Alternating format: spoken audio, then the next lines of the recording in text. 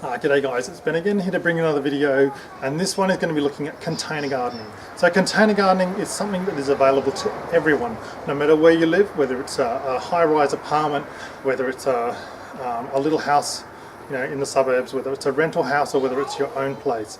There's so much scope and there's so much potential for container gardening, and containers can be all sorts of things. They don't need to be expensive sort of raised garden beds. They can be something as simple as a you know, a soft drink bottle or a milk bottle or something like that that's been cut open enough to be able to contain some soil and for you to be able to grow something. And the scope is there to be able to grow just about anything if you can apply a little bit of knowledge to it, and if you can just, you know, put a bit of care and love into your plants. So let's take a bit of a look at container gardening. Alrighty, so here's a good example.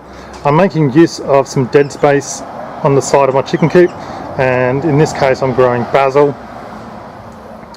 Underneath is nasturtium, and just over here I've got spinach. We've also got mint, rosemary and lavender down the bottom.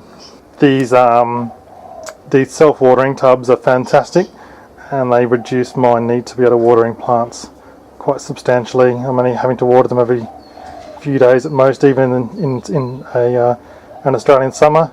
This is wormwood, and I'm finding these tubs are good enough to be able to last. I think I've had this one for about 15 years now. They're quite an amazing design. Not so much from the design point of view, but certainly the construction is really good. So here's an example of you know, just very simple container gardening. It doesn't cost that much money, and as you can see, it can keep going and lasting. Now here we got kale at the end, which has been pretty heavily attacked by aphids. Lavender. We've got rocket and bok choy. I've really struggled with the hanging baskets, a little bit disappointingly, but it's a good option for the right plant in the right location. And I'm even growing really successfully these blueberries. So the blueberries are probably about 9 months old, and I'm getting, you know, 200 or so grams of blueberries off them roughly each week, I think, for the 3 plants that I've got that are producing, which is really good for me. So and not that expensive once you bought them.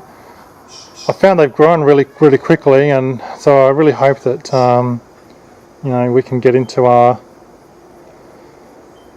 our own place fairly soon, and not have to worry quite so much about repotting these things every few months.